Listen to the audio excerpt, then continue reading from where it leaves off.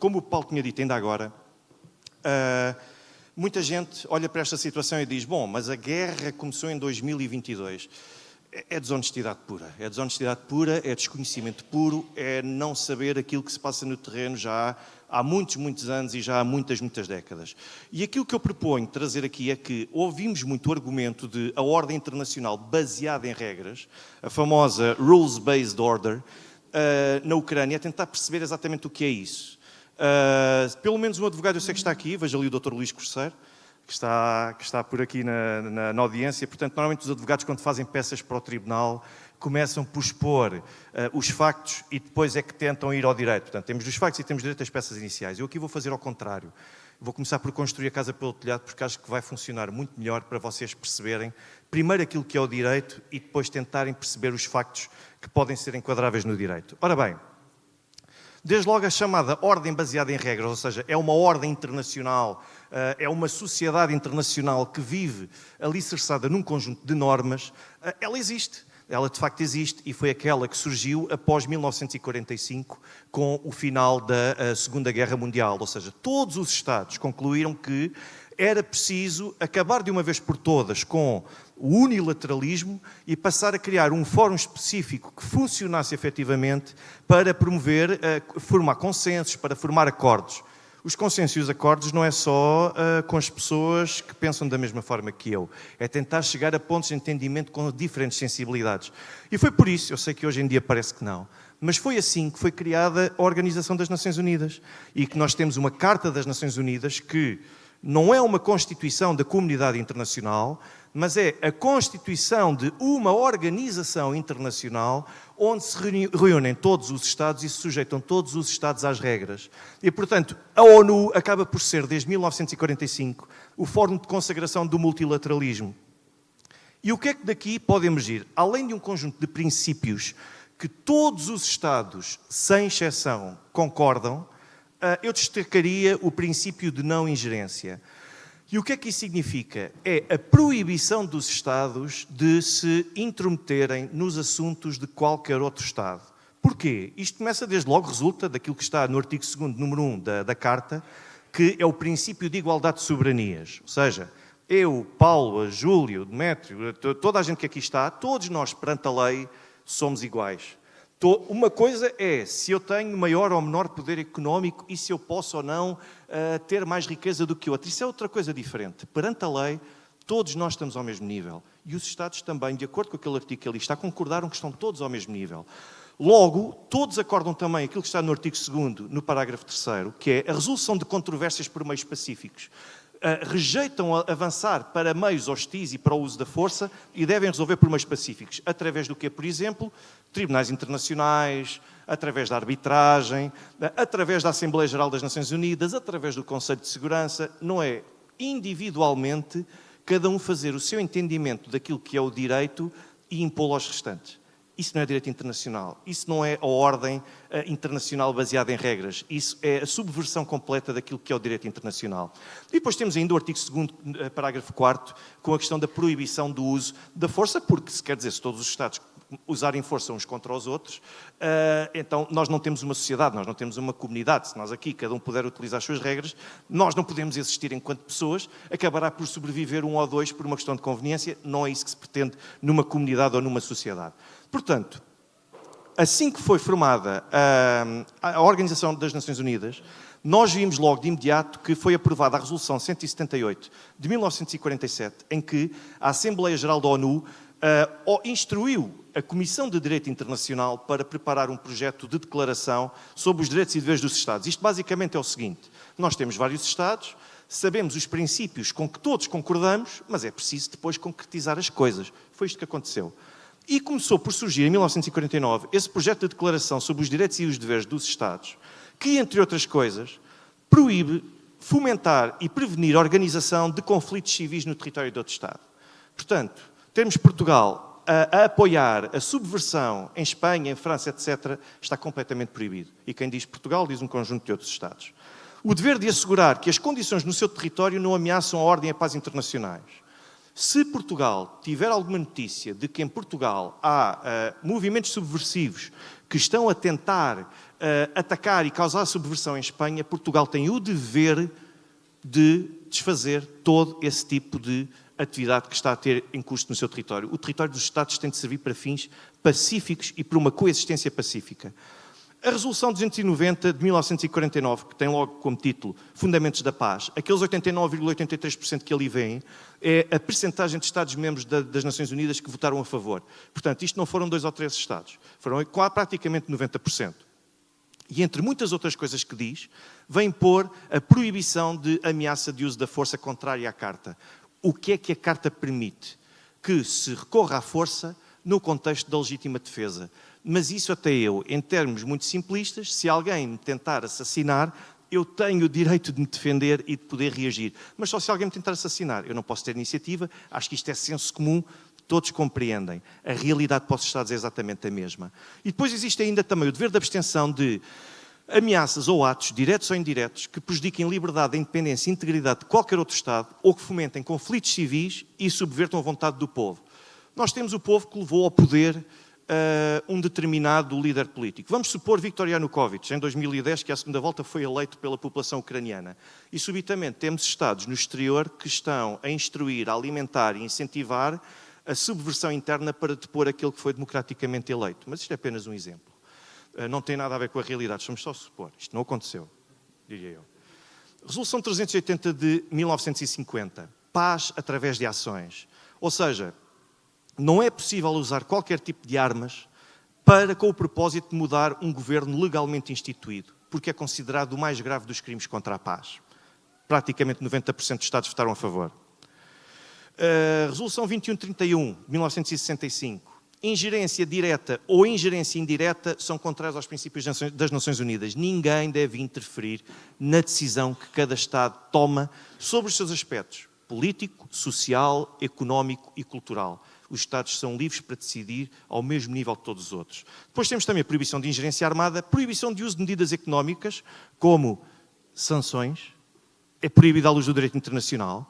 Vejam o trabalho que está a ser feito pelo Conselho de Direitos Humanos das Nações Unidas, em que se chega à conclusão sobre a ilegalidade de sanções que são impostas unilateralmente aos Estados. O que é isto de unilateral? É sem haver uma causa direta contra aquele Estado que justifique a aplicação de sanções. Ou seja, isto é ilegal, é violação do direito internacional. Onde é que nós já ouvimos falar de sanções, e pior ainda, de sanções secundárias? Provavelmente é algo que nenhum de nós ouviu até agora, em nenhum caso concreto. Proibição de ingerência armada e de outras formas de ingerência, e depois a tal questão de medidas económicas, políticas, etc. Temos outra, de 1970, esta resolução também muito importante, proibição de intervenção armada, organizar, apoiar, financiar ou tolerar atos que causem instabilidade àquele Estado, atividades económicas, outra vez a mesma coisa, ou seja, sempre a tentar basicamente defender uma linha bastante coerente no fórum que é as Nações Unidas, para defender que todo o tipo de interferência, seja ele hostil ou não hostil, acaba por atentar contra a segurança internacional, contra a própria existência, não só do direito, mas como da comunidade. Depois temos ainda outra de 1979 e depois há aqui uma que é aquela que talvez seja a minha... esta é a minha preferida, entre aspas, porque é 3603, 1981, porque considero, entre outras coisas, eu peço desculpa pela desformatação, mas eu trouxe isto, de facto, no formato PowerPoint, a partir de um Apple, e quando chegou aqui, pronto, já sabemos como é que são as tecnologias hoje em dia, e o utilizador também não ajuda, portanto, olhem. O dever de abstenção ou proibição da ameaça do uso da força que perturbar a ordem política, etc. Mas depois tem a proibição ou o dever de abstenção de qualquer campanha difamatória, vilificação, ou seja, vir a público fazer de um determinado Estado o bicho-papão, que de facto é o problema de toda a humanidade, ou propaganda hostil com o objetivo de mudar o sentido da soberania de cada Estado. Onde é que nós também já vimos isto? Não sei. Dever de abstenção do uso de assistência económica para obrigar de alguma forma os Estados a tomarem um conjunto de decisões que, se não fosse dessa forma, eles dificilmente tomariam. Temos depois também outro aspecto curioso, que é o dever de abstenção da distorção da noção do que são direitos humanos. E aquilo que nós hoje em dia mais vemos é que em cada cidadão temos um especialista em direitos humanos. Toda a gente tem a sua noção de direitos humanos, mas uma coisa são as minhas convicções, outras coisas são aquilo que eu gostava que fossem os direitos humanos, outra coisa é aquilo que o todo da humanidade consegue acordar que são os direitos humanos, mas não é essa questão que eu quero trazer para aqui. Portanto, distorcer a universalização de direitos humanos e o que é que consiste os direitos humanos, é considerado também uma violação, pelo menos esta resolução. E depois temos notícias falsas ou distorcidas, que é outro aspecto muito curioso. E ouçam, esta não é a minha doutrina. Isto foi o que 81% dos Estados das Nações Unidas decidiram que eram considerados comportamentos erráticos. Portanto, isto parece-me bastante claro. Quais são as exceções a este princípio? O direito à legítima defesa, naturalmente, dos Estados, para se defenderem de uma ameaça. Intervenção por convite ou legítima defesa de terceiros, em que há um Estado que convida um outro Estado para ajudar quando ele não consegue debater uma ameaça, e depois o estado de necessidade. Eu peço que, naturalmente, antes de contar a criança, eu também tenho 2 pequeninos e eu estou perfeitamente solidário com este pai. Sei como as coisas são, portanto, já estamos muitos aqui também que sabemos. Vamos então perceber, porque não basta nós olharmos para 2022, é preciso percebermos o que é que nos trouxe a 2022? E nós percebemos que a agenda dos Estados Unidos na Ucrânia basicamente funcionou, pelo menos desde 2012, 2013 até aos dias de hoje, com base nesta rede. Tínhamos Joe Biden, que era vice-presidente, tínhamos Victoria Nuland, Andy Sherman, Jeffrey Piat, e depois tínhamos aqueles 3 cidadãos ucranianos que, pelo menos os primeiros 2 nós já ouvimos falar, o Oleg Tiarnibok acabava por ser mais como um instrumento, era usado quase como a guarda pretoriana dos restantes, porque de facto era o elemento extremista, que foi até deputado eleito pelo Partido Svoboda. Mas vamos em frente. É muito importante olhar para a cronologia. É que em 2013 e 2004 nós vimos que a Casa Branca apoiou e financiou com 65 milhões de dólares a campanha de Viktor Yushchenko, sendo que a esposa do Sr. Viktor Yushchenko trabalhou para o governo dos Estados Unidos durante a era de Ronald Reagan. Ou seja, há aqui um interesse direto dos Estados Unidos em financiarem um candidato que lhes é perfeitamente favorável à sua agenda, à sua ideologia, e está a financiar um candidato político com o propósito de ganhar essa vantagem para conseguir, de alguma forma, alterar o estado das coisas que de outra forma não sejam tomadas. O Yushchenko. Pronto, eu poderia ficar aqui com a biografia dele, mas é verdade, ou seja, a ligação e a afinidade está aqui totalmente. Não sabia desse pormenor, essa já não sabia. 2004-2005, Revolução Laranja. Viktor Yanukovych venceu as eleições à segunda volta, só que era o candidato que não interessava ao Ocidente que ganhasse na Ucrânia, porque era visto como um candidato pró-Rússia, e vocês já vão ver mais à frente como isto tudo faz sentido. Então, iniciou-se a revolução, acusações de fraude, etc., e realizou-se a chamada terceira volta, entre aspas. Não foi uma terceira volta, foi uma repetição da segunda volta após o Tribunal Constitucional ucraniano ter dado orientações nesse sentido. Claro que acabou por vencer o candidato que o Ocidente pretendia, mas não seja porque com toda aquela difamação, muita gente dificilmente poderia ter intenção de reforçar o seu sentido de voto. 2008 a 2012... começou talvez a última parte do problema que nos levou a 2022, que foi as conversações entre a Ucrânia e a União Europeia para a celebração de um acordo de associação. Porquê é que isto foi tão controverso? Porque celebrar um acordo de associação com a União Europeia e aderir à União Europeia vai ser a mesma coisa que assinar, desde logo, um ato de revolucionário no próprio país, porque é preciso operar uma mudança profunda a tal ponto nas instituições do país que praticamente funciona como uma revolução, sobretudo considerando a Ucrânia, e depois, porque isto obriga a que a Ucrânia respeite uma exclusividade nas relações com a União Europeia que comprometeriam as suas relações, por exemplo, com a Rússia. Portanto, a adesão à União Europeia acaba por ser não só um instrumento de cooperação e de desenvolvimento, mas acaba por ser também um instrumento para afastar os Estados do relacionamento com outros. E eu depois podia ficar aqui a explicar, mas não quero perder muito tempo com esses pormenores. Em 2010, Viktor Yanukovych venceu, portanto, venceu Yulia Tymoshenko e, como também muitos de vocês sabem, na altura também veio arguir, Tymoshenko veio também arguir que tínhamos fraude e que houve 1 milhão de votos e que foram contactados por telefone, enfim. Mas o que é certo é que Yanukovych venceu. 2010, Vitaly Klitschko fundou o partido UDAR, que para quem não sabe, ele era pugilista, terminou a carreira em 2013, tinha muitas ligações à Alemanha e o partido dele funciona como um trocadilho com a atividade que ele praticava. Portanto, significa basicamente murro, dá assim algo do género. Pronto, só para perceberem que isto tem sentido.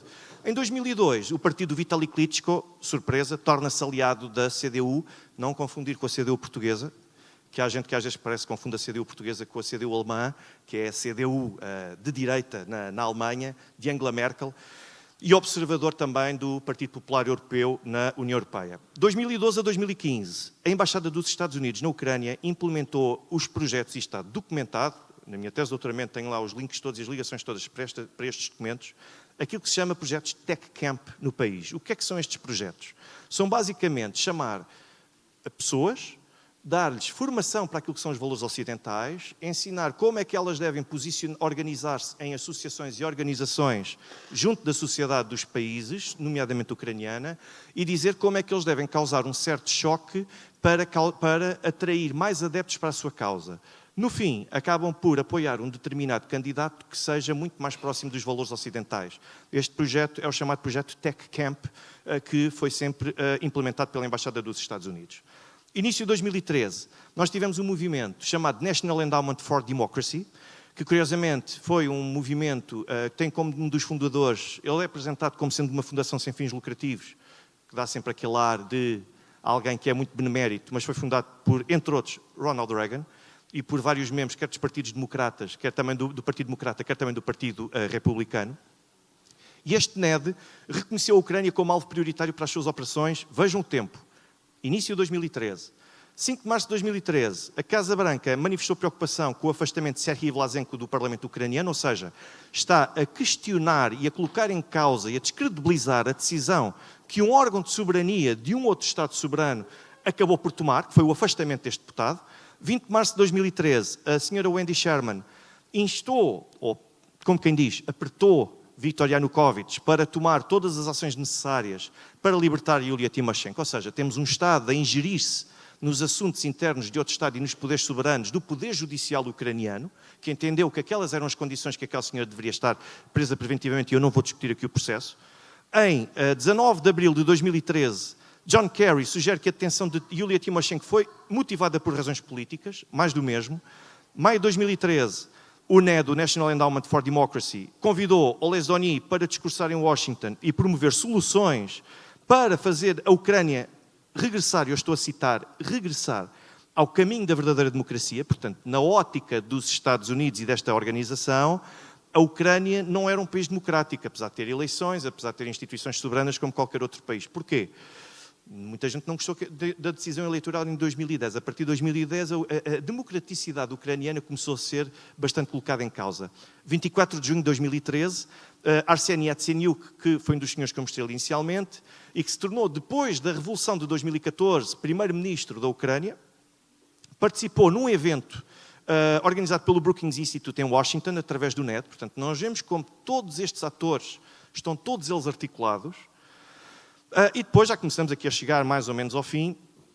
30 de julho, Jeffrey Piat foi nomeado embaixador dos Estados Unidos para a Ucrânia e garantiu que iria fazer tudo o que pudesse para que a Ucrânia formalmente passasse para a União Europeia, porque quando a Ucrânia passar para a União Europeia, passa a estar refém de tudo aquilo que é decidido no seio da União Europeia, sendo a União Europeia que funciona basicamente como um fantoche ou como uma caixa de ressonância dos Estados Unidos.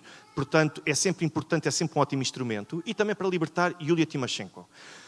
Novembro de 2013, o Senado dos Estados Unidos adotou uma resolução para pressionar outra vez a Ucrânia, ou seja, tentativa de ingerência para obrigar a Ucrânia a tomar uma decisão que não tomaria de outra forma e a forçar a União Europeia a rejeitar o acordo de associação até que Kiev cumprisse as exigências. Ou seja, ou é como nós queremos, ou vocês acedem à nossa chantagem, ou então nós não queremos nada convosco. É assim que as coisas funcionaram. Depois temos o governo ucraniano que decidiu suspender os preparativos para a celebração do acordo. Ao contrário daquilo que muitos dizem, Yanukovych não rejeitou o acordo de associação com a União Europeia. Yanukovych suspendeu as negociações e a formalização do contrato. São coisas completamente diferentes, porque queria tratar de um conjunto de outros aspectos. E depois temos ainda também o início dos protestos em Kiev, em 21 de novembro de 2013, o lançamento da Hromadske.tv, que foi um canal de YouTube que surgiu como canal de comunicação social alternativo, por parte de pessoas que foram formadas naquele famoso Tech Camp que eu vos falei na Embaixada dos Estados Unidos e que traziam acontecimentos e a interpretação desses acontecimentos para tentar difundir e disseminar para o maior número de pessoas. Claro que isto faz a cabeça a um conjunto também de pessoas que viam aquilo porque achavam que aquela que era a verdade que estava a ser difundida. Ora bem, final de 2013 tivemos Victoria Nuland e Jeffrey Piat com Artsena e Yatsenyuk.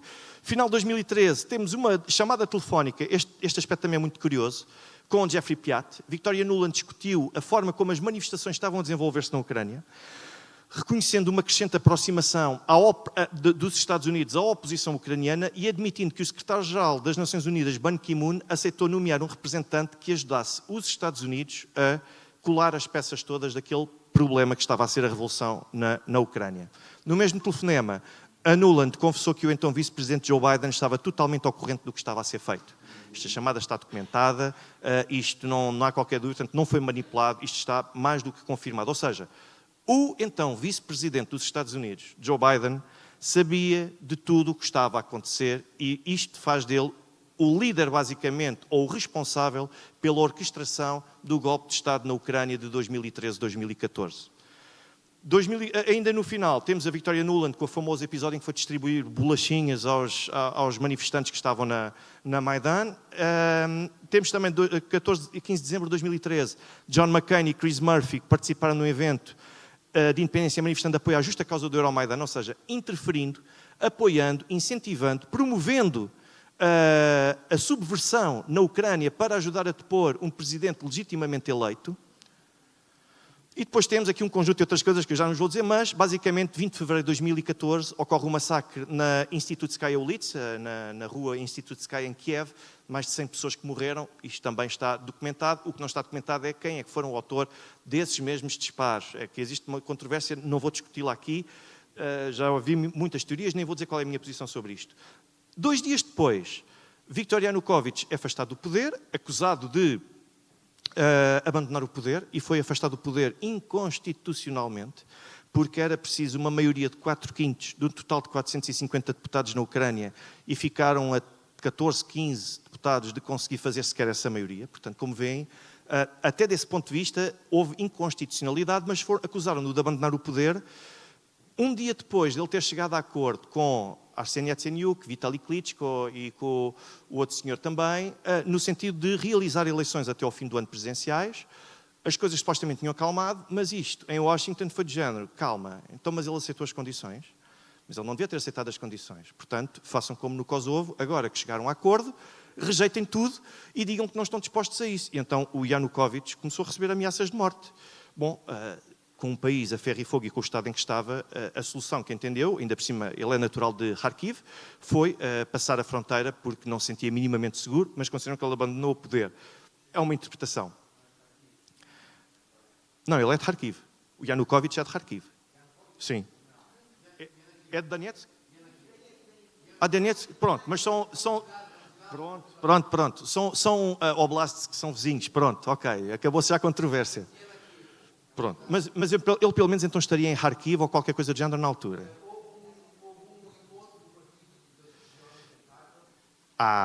Então era isso.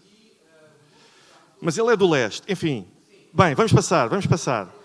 Vejam agora, houve o golpe de Estado e depois nós vimos que, dias depois do golpe de Estado, o Arseniy Yatsenyuk, que andou a ter formação e que andou a participar em eventos na Embaixada dos Estados, no Instituto Brookings e com o NED, nos Estados Unidos, foi nomeado primeiro-ministro, tem um prémio.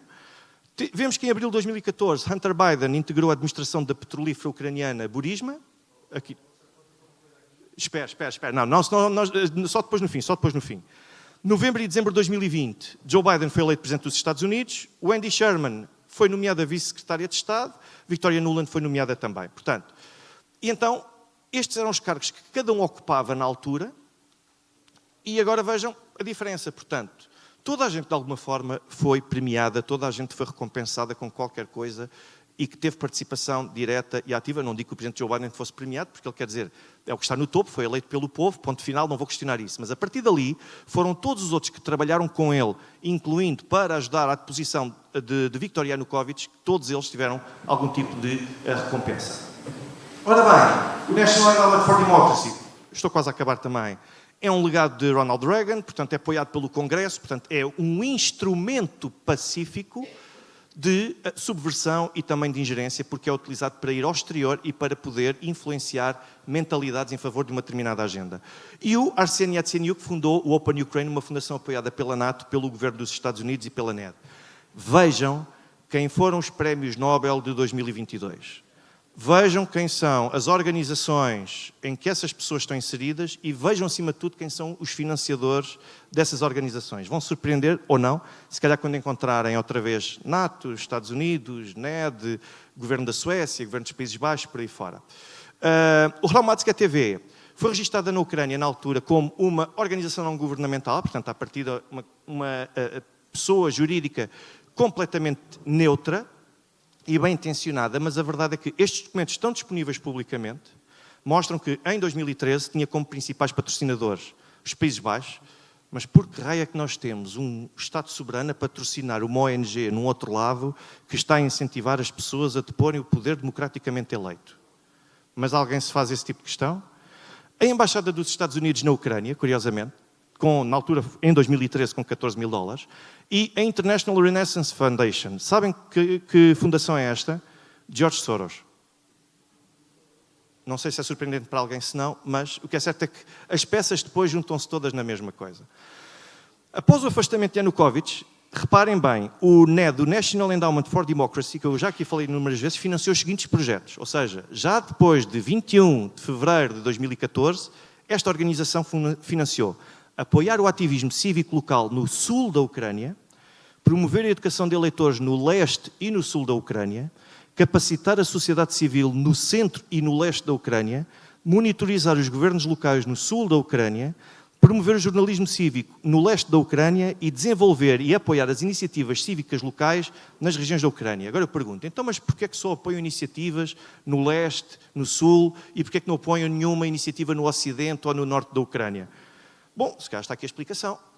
Estas são as votações a azul em Viktor Yanukovych nas presidenciais de 2010 da Ucrânia. À esquerda são aqueles que votaram em Yulia Tymoshenko. Ou seja, isto são os círculos eleitorais onde cada um dos candidatos venceu. Quanto mais escura está a cor, seja o azul ou seja a cor-de-rosa, maior foi a percentagem de voto que estes povos fizeram. Portanto, temos aqui povos que precisam de ser educados no leste e no sul da Ucrânia para aquilo que são os valores ocidentais e para, daqui a uns anos, passarem a votar bem melhor num candidato que, se calhar, já respeita aquilo que são os padrões ocidentais. Ora bem, o que é curioso ainda é ver isto, é que, à segunda volta, Yanukovych teve 12.421.268 votos. Ou seja, como é que as pessoas que estão no leste e no sul, onde predominantemente se votou em Viktor Yanukovych, se sentem quando veem que, em Kiev, como veem do lado direito, veem que em Yulia Tymoshenko cerca de 70% votou nela e 23% Yanukovych. Portanto, Kiev é por si só, digamos assim, um espaço hostil, ou pelo menos não tão receptivo, a um candidato pró-russo. Como é que as pessoas do leste, que votaram maioritariamente em Viktor Yanukovych, mais de 12 milhões de pessoas, se sentem quando têm uma minoria em Kiev que opera um golpe de Estado apoiado a partir do exterior, e acabam por, basicamente, subverter e desrespeitar completamente aqueles mais de 12 milhões de votos. Perguntem como é que essas pessoas se sentem. Perguntem como é que as pessoas na Crimeia, e que nós vemos aqui na Crimeia, 78% das pessoas votou Yanukovych, 17% votou em Tymoshenko. Digo-vos, vejam Donetsk, mais de 90% das pessoas votaram em Yanukovych. E depois vejam o que é ainda mais interessante, é que na primeira volta, quando nós tínhamos 9 candidatos a concorrerem, já em Donetsk, mais de 76% votaram em Yanukovych. Em Lugansk, 71%. Na Crimeia, 61%. Ou seja, Yanukovych teve maioria absoluta de votos numa série de oblasts. E depois temos Tymoshenko, que só teve acima de 50% no de Volyn. Tudo o resto, tínhamos a oposição a Yanukovych completamente atomizada, e os apoios que foram feitos, vocês veem que o povo tinha uma concentração de voto muito maior em Viktor Yanukovych. Como é que estes eleitores se sentem quando vêem um golpe de Estado que foi operado na Ucrânia para depor um presidente democraticamente eleito a 2 voltas. E ainda por mais apoiado por organizações como o Pravi Sector, que está documentado nos relatórios das Nações Unidas como sendo uma organização de extrema-direita, e não só uma organização de extrema-direita. Vejam os conteúdos que eles andaram a promover diversas vezes contra as comunidades russófonas, está documentado também, eu não deixo que vos falte nada. Vejam o 12º relatório do Alto Comissariado para os Direitos Humanos, por exemplo, que dizem que os elementos das forças de segurança da Ucrânia, já no início da conflitualidade, parecem gozar de um elevado grau de impunidade, com raras investigações sobre alegações e acusações que os envolvam. Continua mais. Fala daqui do 2 de novembro de 2015 em Odessa, quando nenhuma ação foi tomada para impedir os ativistas pró-unidade da Ucrânia de atacar os pró-federalistas. Os pró-federalismo eram aqueles que queriam uma autonomia maior para Donetsk e para Lugansk, por exemplo, que comemoravam as vítimas do 2 de maio de 2014. Ou seja, isto é das Nações Unidas, isto não é do Alexandre Guerreiro, isto é das Nações Unidas. Isto é oficial, não sou eu que estou aqui a inventar nem a fazer doutrina. Vejam mais. A Ucrânia é uma parte na Convenção para a proibição de uso, armazenamento, produção e transferência de minas pessoais e a sua destruição. E vejam a última frase. É muito importante que o Governo cumpra as suas obrigações ao abrigo da Convenção. Sabem porque é que o Alto Comissariado para os Direitos Humanos salientou isto? Porque já na altura nós tínhamos no Donbass, na área controlada pelos, na altura, milícias das Repúblicas Populares de Donetsk e de Lugansk, mais de metade das vítimas já eram mortais, eram provocadas por causa do uso de minas pessoais, e provavelmente a Júlia também já deve ter visto as famosas minas pétala ou minas borboleta, que passam completamente despercebidas no meio do terreno e em que as pessoas pisavam aquilo e morriam. E isto tem de ser, para chegar ao local, tem de ser disparado através de morteiro. E as forças ucranianas, das Forças Armadas Ucranianas, era isso que faziam. Por isso é que temos aqui este ponto 25 neste relatório. Não é por acaso, porque quando são as duas partes que estão a usar, eles fazem a referência para as duas partes. E, finalmente, relatório do Alto Comissariado para os Direitos Humanos de 15 de abril de 2014. Eu digo-vos, isto é a ponta do iceberg. Porque se vocês forem ver os documentos todos que estão lá disponíveis, só nas Nações Unidas, e eu só vos trago aqui alguns exemplos, senão vamos ficar aqui até amanhã a dizer tudo aquilo que se fala da Ucrânia e das violações de direitos humanos. Vejam as coisas que aqui estão a dizer. Por exemplo, porque as pessoas dizem, não houve qualquer tipo de perseguição às comunidades russófonas, ninguém proibiu os ucranianos, sobretudo do leste e da Crimeia, de falarem russo, ninguém proibiu. Não proibiu? Olhem, a ONU diz que sim. Vejam o que é que aqui está. Uma tentativa pela nova liderança no Parlamento a 23 de fevereiro de 2014, ou seja, 2 dias depois do golpe de Estado, estiveram a negociar e a tentar fazer passar uma lei sobre os princípios das políticas de língua do Estado, ou de língua utilizada no Estado, em que era vista como hostil contra a minoria falante de russo. Isto está aqui reconhecido.